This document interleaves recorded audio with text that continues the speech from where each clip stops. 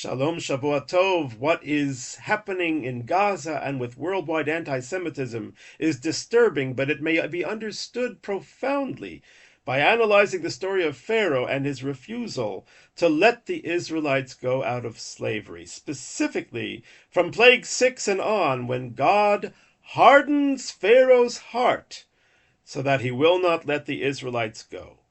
This fact puzzles the commentaries. They are bewildered. How can God harden Pharaoh's heart? What about the principle of free choice? This is a bedrock in our Jewish belief. And if indeed God is forcing Pharaoh to sin and not let the Israelites go, then how is it fair for God to punish him for it if he had no choice? So there are a number of approaches brought by commentaries. Some say that indeed Pharaoh's free choice was destroyed, but not by God, but by himself. That the first 5 plagues he hardened his own heart to teach us that a person can sin so much that they reach a point of no return. Another explanation is simply that God's hardening of Pharaoh's heart was to restore free choice, because the plagues were so supernatural and overwhelming that Pharaoh would have no free choice. He'd have to let the Israelites go under duress. So in order to level the playing field, God reinforced his heart. I'd like to suggest a novel approach. And we'll start with a question.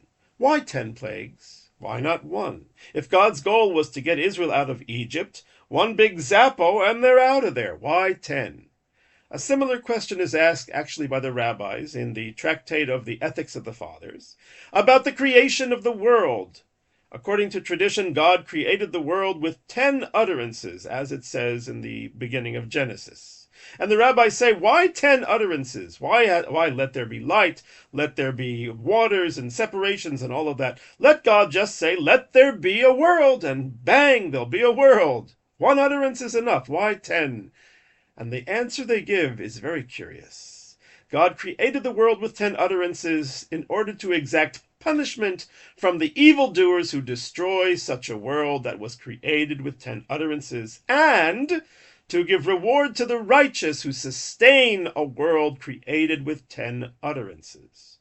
What is this relationship between the evildoers and the righteous, and how is 10 part of that equation?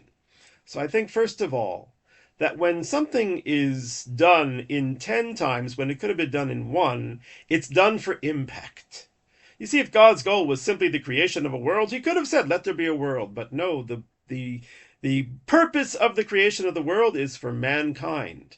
And therefore, to have an impact on mankind, God created the world with 10 utterances, so it should seep deep into our souls and affect the way we interface with that world. And there are 2 ways of interfacing with that world: building or destroying. Now one can ask, why would the evildoers wish to destroy the world that they live in? And I think the answer is, and this is the crux of the matter, they want to destroy the world that they live in because the righteous people are sustaining it. In other words, they are not defining themselves in how they measure up in God's eyes, but rather how they compare to those righteous people. And jealousy forces them to define themselves by being destroyers of what those righteous people build. Exactly the story of Cain and Abel. And this is also exactly the story of Pharaoh and the Israelites. There's a brilliant commentary by Rabbi Zalman Sorotskin in his commentary Oznaim LaTorah. The verse says at the beginning of the slavery that the more the Egyptians oppressed the Israelites, the more they blossomed and multiplied and bloomed. And the Egyptians were disgusted in the face of the Israelites. Says Rabbi Sorotskin, what were the Egyptians disgusted with? Themselves. How come? Because the Egyptians felt that anybody who is living and believes that life is about pleasure and enjoyment should look at the situation of those Israelites and say, these people need to play dead. These people need to not only not have children, they should probably kill themselves, because what is their life? It's slavery and suffering. And yet they don't. They build. They support. They have children. They maintain their names and their traditions. And the Egyptians, says Rabbi Sorotskin, felt inferior and jealous.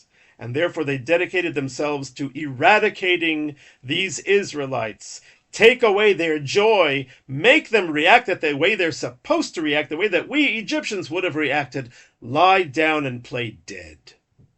And the Israelites refused to do that. With this understanding, I can say that the first Mishnah of the chapter 5, God created the world with 10 utterances for the evildoers to be punished. And why are they evildoers? Because there are righteous people supporting the world. Now let's take a look at the name of God used when God is hardening Pharaoh's heart, because it seems to be the wrong name. There are two names of God that are commonly in use in the Bible. The four-letter name of God, which is not pronounced, but is the name of mercy. And then there's the name Elohim, which is the name of justice. It's also used to refer to judges. Now, if God is hardening Pharaoh's heart in order to punish him, which name of God should be used? It would be the Elohim. Elohim hardened Pharaoh's heart. But no, the name of mercy is used, which makes one wonder, how is it mercy to harden Pharaoh's heart and punish him? And I think the answer is that it's not referring to mercy to Pharaoh at all. It's referring to the mercy that God is showing to the Israelites, bringing on their behalf these plagues against the Egyptians. And indeed, God didn't harden Pharaoh's heart one iota, but rather it was God's attribute of mercy towards the Israelites that caused Pharaoh to harden his own heart. He could not tolerate seeing this nation, about whom he felt tremendous jealousy, blossoming and thriving no matter what the Egyptians threw at them. And to see God intervening on their behalf with these wonders and miracles pushed him even further into the corner. And that's how God hardened his heart. Let's take a look at this attribute of mercy for a moment. In Hebrew, the word for mercy is rachamim, and that comes from the word rechem, which means the womb. What love is greater than the love of a mother for the unborn baby growing inside of her? And what love makes no sense like that one? Because this unborn baby is causing her no end of suffering. It's kicking, she's getting morning sickness, the pregnancy is painful, and childbirth, oh, forget that. That's a trauma. So why such love? Because of who that baby is going to become. That's where the love comes from. That's what rachamim is. The Torah tells us that when Moses smote the Egyptian at the beginning of the story, he looked this way and that way and saw there was no man. Now, it's not that he was just looking to see that there were no witnesses, but the rabbis say he was looking into the future prophetically. Is this Egyptian that I'm about to kill going to have a descendant who's going to be righteous? If that's the case, I won't kill him. That is mercy. Mercy takes into account not just the person at the moment, but the potential for the future. Moses asks God at the burning bush, what merit do the Israelites have to be redeemed? They're worshiping idols. And God says, yeah, they're worshiping idols now, but in 50 days after they leave, they're coming here, and they're going to get the Torah, and they're going to sustain the world. They're going to be those tzaddikim. That is mercy, looking for the potential, looking to see if the person is a builder or a destroyer. And that's why the four-letter name of God is used, because that name implies Haya, Hoveh, V'yiyeh. God was, God is, and God will be.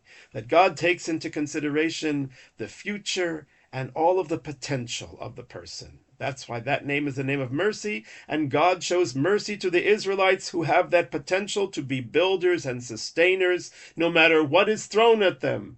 And Pharaoh lacks it. He's a destroyer. There is nothing to come from him. Vayifan ko v'cho. Moses looked this way and that way and saw there's no man, no righteous person is going to come out of that Egyptian, nor will it come out of Pharaoh. And this is exactly what we saw in our world. When they attacked on October 7th, they attacked us because we were Jewish. And what is our response? To be more Jewish. The soldiers wanted to wear the tzitzit, the fringes. That's the response. Because we have God's mercy, because God sees our potential. He knows that we, the Jewish people, even if we've strayed a bit from observance, we can come back in an instant because we are builders, the righteous people who sustain creation. And the enemies, when they see that, they'll get even more filled with hate, because they are the destroyers, the evil people who destroy the world created with 10 utterances.